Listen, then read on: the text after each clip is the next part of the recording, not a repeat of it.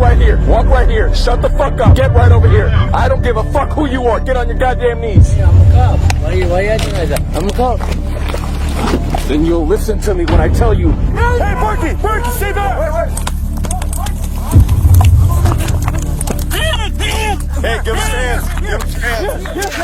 What happens when cops forget they're on the same team? Chaos, hilarity, and a whole lot of face palms. From undercover officers accidentally targeting each other to miscommunications that spiral completely out of control, these moments will leave you shaking your head in disbelief. Who needs criminals when the cops are busy arresting themselves? Here are some of the wildest, most cringeworthy cop versus cop encounters ever caught on tape. On a humid night in Key Largo, Florida, a Monroe County deputy's routine traffic enforcement quickly escalated into a high-speed chase that no one expected. On June 12, 2022, a white Chrysler tore through the calm streets at 108 miles per hour. More than twice the legal limit. The deputy flipped on his emergency lights, but the driver refused to yield, pressing harder on the accelerator and weaving recklessly through traffic. Speeds climbed past 110 miles per hour as the driver pushed the vehicle to its limits, showing complete disregard for safety. The pursuit continued for several intense miles before the driver abruptly pulled over. What should have been the end of the drama only marked the beginning of a shocking revelation.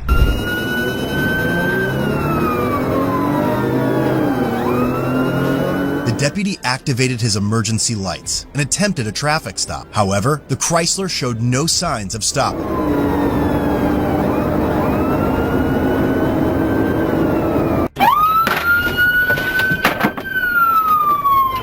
The man was identified as 26-year-old Donovan Rojas, an officer with the Miami-Dade Police Department. This wasn't just any vehicle he was speeding in, it was his unmarked agency car, decked out with law enforcement gear. Inside, deputies found 2 Glock firearms, a police badge, body-worn cameras, and a tactical vest among other items.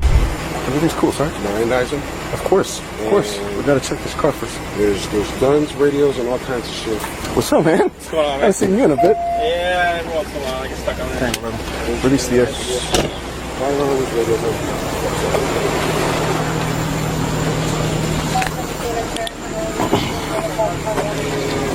Holy fucking. But this wasn't a case of an officer responding to an emergency. Donovan appeared visibly impaired, with slurred speech, glassy eyes, and the unmistakable smell of alcohol clinging to him. The deputies gradually began to piece together what they were dealing with: a fellow officer who had crossed a dangerous line. What's your first name?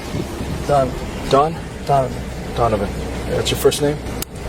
Don't say anything just yet. Understand me? You know how this goes. I get it. I don't want to. Be quiet.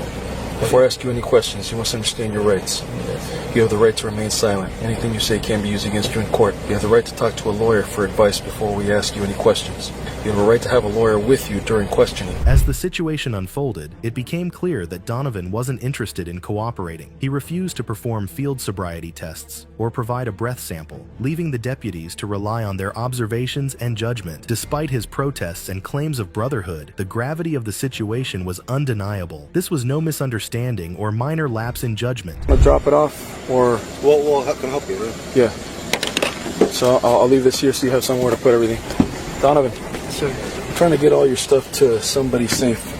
Can we contact your immediate supervisor? I do. Can we contact your immediate supervisor? Yes, sir. Okay. You can help me out.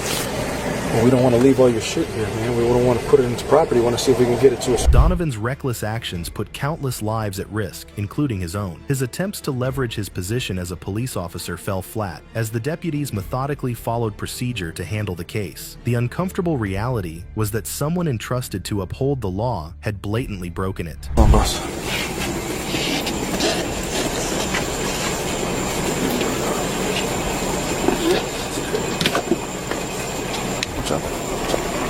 Family. You okay? Yeah, bro. You know I can't turn off my camera. Come on. Nobody that sat in this chair has ever thought they did anything wrong. The deputies, though professional, couldn't hide their frustration. They debated the proper handling of Donovan's law enforcement equipment. Wanting to ensure everything was documented and secured, calls were made to his department, and his immediate supervisors were informed of the incident. I came out of COVID. You had COVID vaccine. You have a medical condition, require medication, high blood pressure, diabetes. All right, you Yeah, night, huh? The aftermath of Donovan's actions was swift and severe. Miami-Dade police relieved him of his duties without pay, and he faced serious legal consequences, charged with felony fleeing and eluding an officer, as well as misdemeanor driving under the influence. Donovan's career and reputation unraveled in an instant. In the end, the badge that once symbolized duty and honor became a stark emblem of what can go wrong when those values are forgotten. You get your job, whatever it is, what it is. Three cop cars behind you. They literally lit you up right next to you. They lit you up next to you. And you still kept going at 111. Next to you. Next to you. And I pulled over, right? No, bro. No, you didn't pull over. You went for another 3 miles. And what's 3 miles? Literally, right there, right? I literally saw the next turn. Boom, pulled over. In the quiet suburb of Rio Rancho, New Mexico, the career of a 29-year-old police officer took a shocking turn. A domestic dispute led Jeremy Navarez, a Bernalillo police officer, to trade his badge for handcuffs. The incident began when his girlfriend discreetly texted a neighbor to call 911, setting off an insane series of events. What initially appeared to be a heated argument spiraled into allegations of physical restraint, with the victim claiming Navarez had repeatedly hugged her tightly against her will, ignoring her demands to let go. Now, get your hands off of me! You're an officer, and you know about integrity. Body cam footage captured the aftermath of the dispute, revealing a distressed woman recounting her ordeal. She explained that Navarez's unwelcome embraces turned into a physical struggle, leaving her feeling trapped and powerless. Her attempts to push him away were futile due to his strength, and it was only after a prolonged effort that she managed to escape his grip. Security cameras in the home corroborated part of her story, capturing moments of the confrontation. Despite Navarez's insistence that he was merely trying to work things out, the evidence suggested a more troubling narrative. Police department. Hello. Hi. Back up. You're in for PD. What's going on? Just a domestic, I guess. I've asked him to leave. I've asked him to let go of me, and he wouldn't. And he wouldn't leave. As officers investigated, the victim revealed this wasn't her first concern with Navarez. She shared that she had already prepared restraining order paperwork in anticipation of an incident like this. The relationship, which had only begun in September, was described as increasingly volatile. Other than I don't know when this happened, but So he was holding you, hugging you pretty tight. I mean, as tight as he could when I'm pushing away from him. Can you come over here just in case? For my friend. You want to go with me now? Go to the person. And that's from him? The woman mentioned a keychain, which became a focal point of the altercation. She had asked for its return, leading to a tug-of-war over the item. Navarez's narrative painted the incident as a minor disagreement blown out of proportion, but officers weren't convinced. I asked him to text my neighbor, and I asked my neighbor to call you guys, and he's not heard that. Please what? My neighbor called you guys. Yeah. Yeah. Can you please, I don't know if he told you that I asked you guys, but can you please not mention that to him? To Jeremy? Yeah. Either way, we're here. He knows we're here. Well, he knows you're here, but he doesn't. They pressed him about why he had continued to restrain the victim, despite her repeated pleas to let go. Navarez claimed he was trying to show affection and resolve their issues, but his actions told a different story. Came here, it's kind of this little tense from the beginning. Kind of just asked her, like, you know, just let me go. If you're done, you're done. Tried hugging her, that didn't pan out. She said that it hurt her back, I let her go. I had my stuff over there to leave the bag and stuff. She wanted the keychain off the keys that I have. As the investigation unfolded, a troubling detail from Navarez's past emerged. He had previously been placed on administrative leave following an incident where he allegedly held a family at gunpoint during a traffic stop. The family had been speeding to rush their injured dog to a veterinarian, but Navarez reportedly escalated the situation into a felony stop. Yes. And then at that point, you guys had any contact, physical contact, or anything? So she went to grab the keychain and I just pulled it away. And that was about it. So, and then I was okay, and then at that point, that's when we ended up like, she was never mind about the keychain. Go, and I'm like, okay, like, I love you and I do want to make this work, and that's when we had to talk about like what we could do better in this situation. In the the current incident, officers managed to retrieve partial footage from the victim's security cameras, providing a clearer picture of the physical altercation. Although the camera only recorded in short bursts, the clips were enough to show Navarez holding the victim despite her protests. The visual evidence supported the victim's claims, undermining Navarez's attempts to downplay the severity of his actions. Telling me the first time it happened is when you guys got here, the argument started. He said, happened around here the first time, around the table, or around the island. You guys running around her, you want to hug her, said, let me love on you. She's telling us. She told me let me go several times. You didn't want to let go, so at that point she had to push herself away from you so you can loosen the grip. And she told us that. Navarez's demeanor during his interview with police raised further questions. His explanations seemed rehearsed, and he admitted to continuing physical contact despite being told to stop. The officers noticed his reluctance to acknowledge the gravity of the situation, which only added to their concerns. His actions were inconsistent with the principles of integrity and accountability expected of a law enforcement officer, further tarnishing his reputation. The woman finds a short clip showing a part of what exactly happened here. Let's take a look. Hands off of me now. Get your hands off of me. I said get your hands off. With that evidence in hand, officers continue talking to the woman, who reveals this is not Jeremy's first time in the spotlight. And it's a keychain. As the case reached its conclusion, Navarez faced charges of battery against a household member. Court records showed that he later pleaded guilty, and the victim successfully filed a restraining order against him. The Bernalillo Police Department reportedly fired him, severing his ties to law enforcement. For the victim, it was a step toward reclaiming her safety and peace of mind, while for Navarez, it marked the downfall of a once promising career. Jeremy what? Yes. And you're an officer? And you know about integrity? Yes, sir. How long have you been with Bernalillo? It's a year and a half now. Is that the only agency you've been with? I started with the Winston County Sheriff's Office. Okay.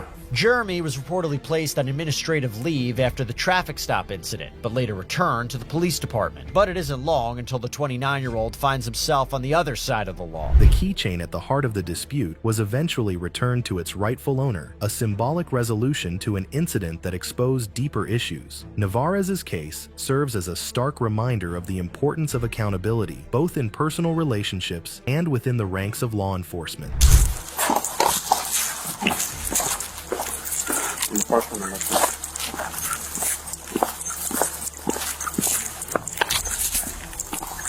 In March 2022, a bizarre and unsettling case unfolded in Tavernier, Florida, when a man named Claude violated a restraining order against his ex-girlfriend. This legal barrier, established to protect her after domestic violence concerns, was ignored as Claude bombarded her with calls, texts, and even USB drives filled with unsolicited messages. To mask his identity, he used apps that disguised his phone number, but his obsession escalated into something far more brazen. Determined to disrupt her life, Claude pretended to be a state trooper, setting off a chain of events that spiraled out of control. As a woman's ex-boyfriend employs cunning tactics in pursuit of his desires, law enforcement's riveting investigation leads to a dramatic confrontation, exposing the astonishing extent to which some will defy the law. Claude's impersonation attempt began with a dramatic false report to the Monroe County Sheriff's Office. Claiming to be an off-duty New York State trooper, he accused his ex-girlfriend of drunk driving, providing a detailed description of her car and erratic behavior. This is Ashley.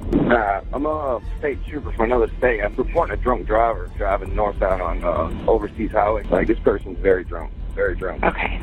Like, give me the description of the vehicle. It's a white truck. Do you know what type of truck, what make? I'm trying to stay away, but this person's really drunk. It's a white Toyota. And what are they doing? Deputies intercepted her vehicle, only to discover she was sober and cooperative, raising immediate suspicion about the anonymous tip. We'll get you out of here in just a second, okay? We had an off-duty law enforcement officer call you in. That's why we had stopped you, okay? Yeah. An off-duty law enforcement officer observed the violations, which is why we stopped to check on you. Okay, so I understand, I guess, a little bit if you're on your phone, but you have to understand maybe we thought you were impaired. I totally get it. And we really do appreciate your cooperation. I get it. Meanwhile, Claude, lurking nearby, approached the officers, attempting to control the narrative by urging them to withhold his involvement. His eagerness only fueled their doubts, prompting them to dig deeper into his claims. Warrant for impersonating an official, and then also a professional nurse. Who's the one that put out the warrant? MCSO? Us? Detective O'Neill. I don't know what it's for or why, but that doesn't sound good. What's the warrant for? Impersonating an official. Okay, for what? My cousin and I called the cops on her for following me, stalking me after with a current restraining order, and she was drunk. And they came and let her go, drunk. Detectives uncovered that the supposed trooper's call originated from a phone app designed to obscure the user's identity. Investigators secured records proving the account belonged to Claude and confirmed with New York authorities that no such trooper existed. Armed with this evidence, they confronted Claude, who spun a web of implausible excuses. The voice, so... Do you have a protection order in place? Yeah, that's why. I have her on camera like 15 times coming out my vlog. Like, I'll be at the food store with kids, truck and go inside, and then I'll come out and literally panic and leave. Of course, my whole life is a TV show. I have a dash cam. My house. As the investigation progressed, Claude's delusions unraveled further. Detectives exposed his relentless pursuit of the victim, including his efforts to have the restraining order lifted through bizarre and manipulative tactics. Yet, even during questioning, he refused to accept responsibility. Denying the voice on the 911 recording was his, he shifted blame onto a mysterious acquaintance, whom he conveniently refused to name. What'd you do? My cousin and I called the cops on her for following me, stalking me after with a current restraining order, and she was drunk. And they came and let her go, drunk, and literally escorted her into her building. So how does that fall into you impersonating Because an official? my cousin called, my whole entire family's cops, right?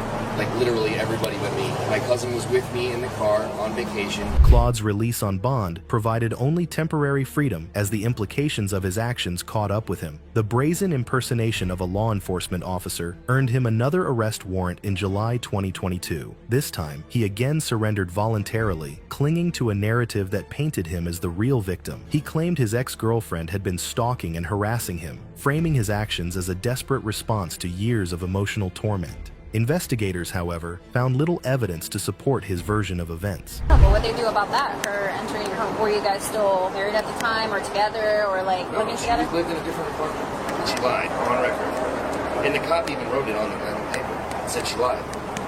And they didn't do anything about it. And now this guy's destroying my life. Like literally ruining my life. I'm a single dad. I have my kids by myself. Is it kids in common or no?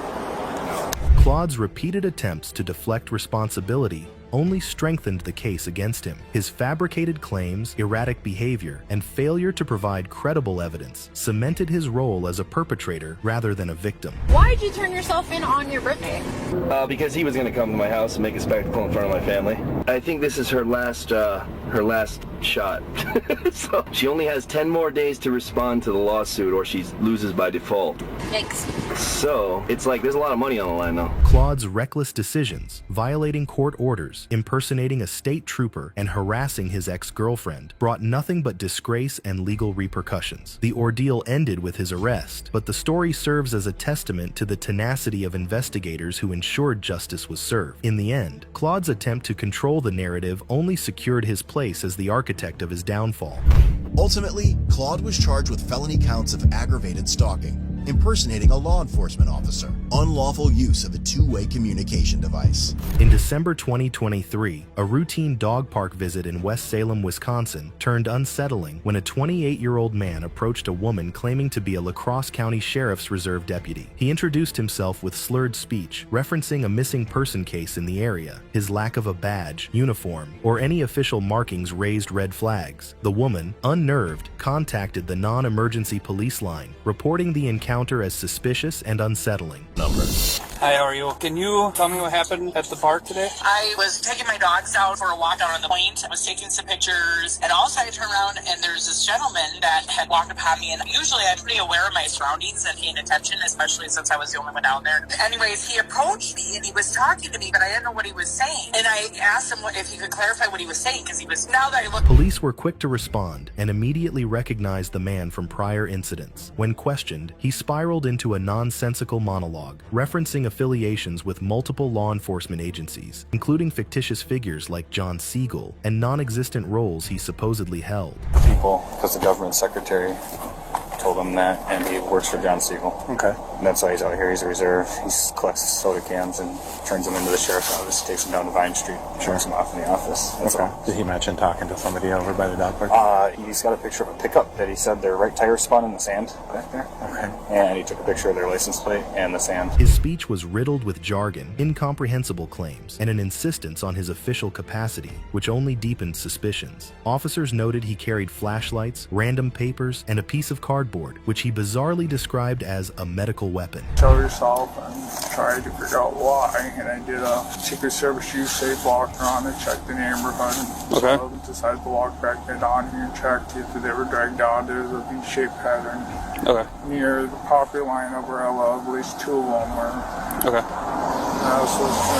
The man admitted to calling dispatch earlier, posing as an officer while referencing vague details about the missing woman. His erratic behavior and conflicting statements painted a chaotic picture. He claimed to have been sworn in years prior, but failed to provide any evidence of his alleged law enforcement status. Instead, he rambled about collecting soda cans for the sheriff's office, an entirely unrelated and baffling claim. Not though, right? Knocking this guy's out of area status, but I also was in Trimble County Sheriff. There's a 2050 car up at Garland House. Okay. Regardless of your arrest for impersonating a police officer, okay? So you put your hand behind your back.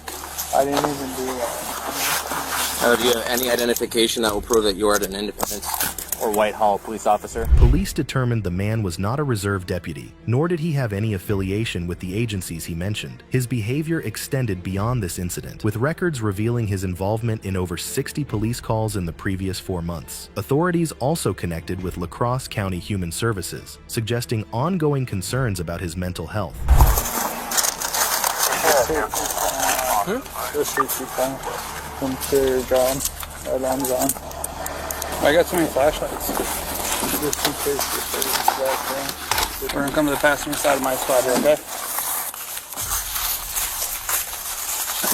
What's your hood? Despite his claims, he was arrested and charged with misdemeanor impersonation of a police officer. His cash bond was set at $300, and officers ensured a comprehensive report documented the bizarre series of events. Hopefully, our fake deputy will get the help he needs sooner rather than later.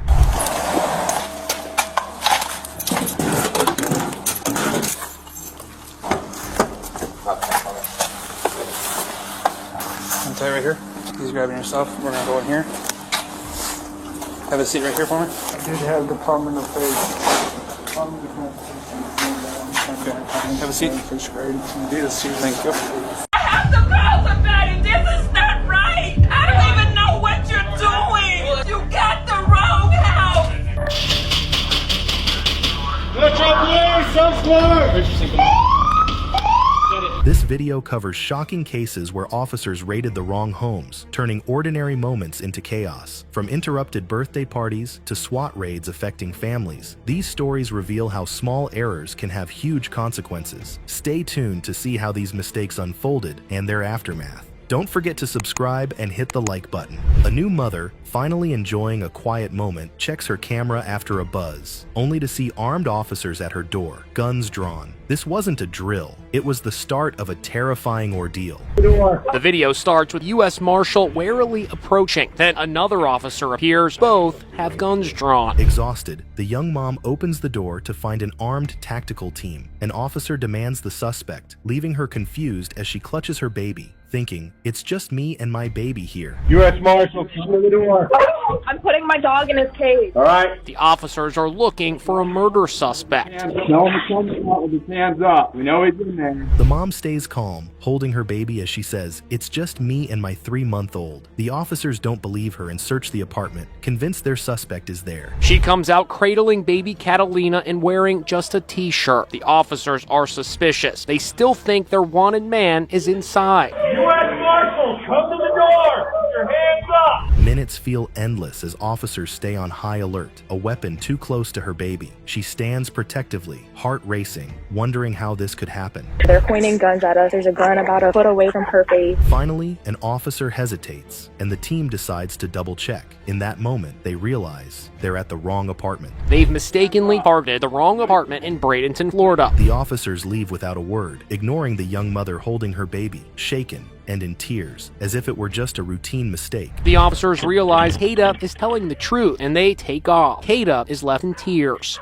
An hour later, another knock. Hoping for an apology, she gets a vague explanation about a miscommunication. No real apology, no acknowledgement of her ordeal. Then he leaves, leaving her with unanswered questions. Happened, no apology or anything. They just ran away, leaving me there crying. About an hour later, one of them came back upstairs and it wasn't necessary. The officers found their real suspect next door, just one door off. A simple but dangerous mistake that turned a new mom's life upside down. The mom is left shaken. The marshals ended up arresting the suspect they were looking for inside a nearby. Her baby startled, and everyone wondering who will be held accountable. But what happened next was even more unbelievable. A young woman's peaceful day is shattered by an explosion. Smoke fills the air as a police team storms the wrong house, armed as if entering a battlefield.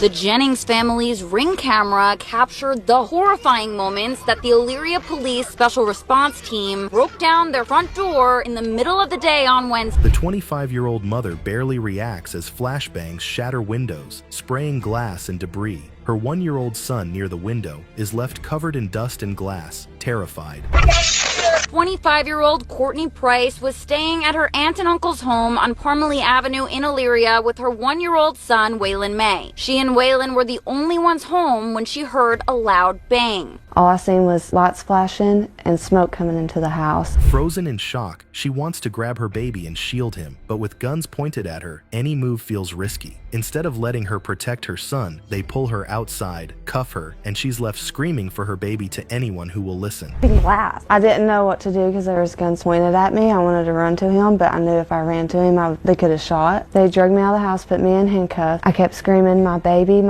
he's on a ventilator. The police, looking for a 14-year-old burglary suspect, acted on outdated information. The family hadn't seen the boy in months, but officers stormed in, leaving an innocent mother and her toddler to face the fallout. Get my hands on the search warrant in this case. Now, I'm not going to name the suspect because I'm told he's only 14 years old, but according to these documents, police were looking for firearms involved in a burglary. After the raid, officers realized their mistake and attempt to downplay it, claiming the flashbangs were detonated outside. But the mother and her child experienced something very different. Thankfully, a neighbor's Ring camera captured the entire event, showing just how intense and reckless the raid truly was. Police threw a flashbang through the window her son was sitting below. In a statement, police told us they did use flashbang, but said they were only deployed outside the house. 19 News obtained this Ring camera video from a neighbor. The police also claimed that flashbangs don't release harmful chemicals. But when the baby was taken to the hospital, tests showed otherwise. And when confronted, their response was basically, no worries, just a little extra glass for lunch. Police said flashbangs don't produce a continuous burn and don't contain chemical agents. But Price says her baby's injuries say otherwise.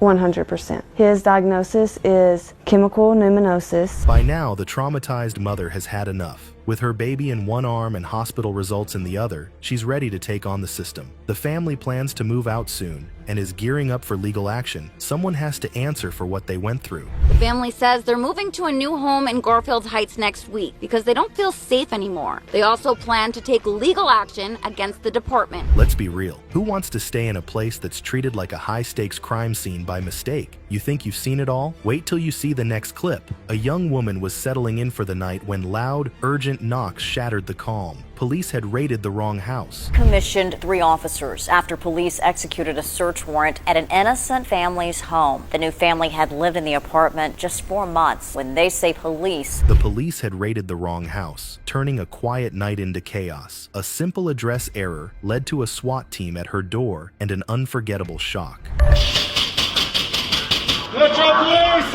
Officers broke the lock within seconds, ignoring the startled woman inside, asking them to wait. It wasn't a prank, just the police at the wrong address. Asking officers to hold on. Another 40 seconds later. As if things couldn't get more surprising, the Metro Police Chief later went on the news with a bit of an admission. And to top it off, anyone watching would have assumed the raid was a response to a serious crime. This mother and her children should not have been. But hold on. The story doesn't end there. This young woman isn't about to just brush this off. Her kids were woken up and terrified. And let's face it, a simple apology isn't going to make that right. For one, saying? They came in here and woke my kids up out of their sleep. So when the precinct commander came over to apologize personally, she was still not having it. In fact, she had a lot to tell reporters later on the phone. Precinct commander visited her home to apologize Wednesday morning. She told us today over the phone she's still not totally satisfied. And really, who could blame her? When the police start showing up at random doors like trick-or-treaters who miss the address, it's more than just a minor mistake. This is exactly the kind of error no one wants when a family's safety is at stake. In Chicago's near West Side, a young woman winding down for bed was shocked as officers burst in, wrongly believing they were after an armed criminal. Caught off guard, she yells for the officers to listen, but they ignore her. Barely covered, she struggles to stay dressed as SWAT searches for a criminal who isn't there. Chicago police officers stormed into Anjanette Young's home on February 22, 2019, attempting to execute a search. Amid the chaos, someone finally realizes the mistake. At that moment, it's clear they're in the wrong place. The officers had the wrong home.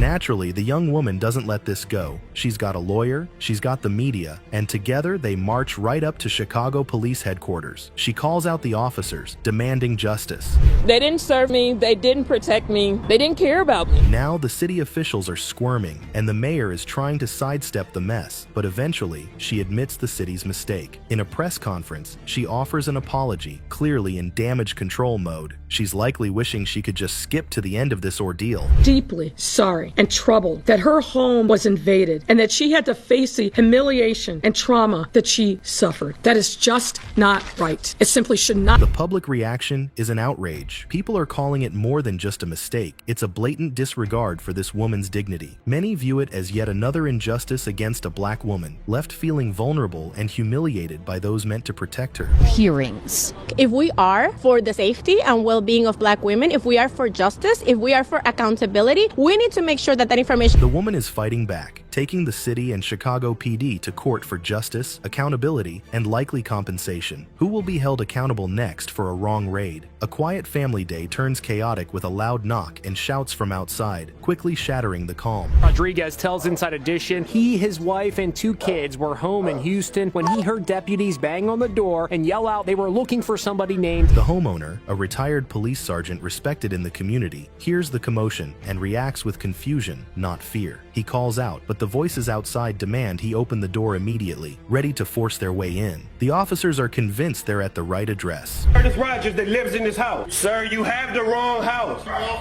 As a retired cop, he stays calm but skeptical, calling out again for clarification, thinking there must be a mistake, but there's no time for answers. Suddenly, bam, the door is rammed open, splinters flying, as officers storm in like it's a high-stakes raid.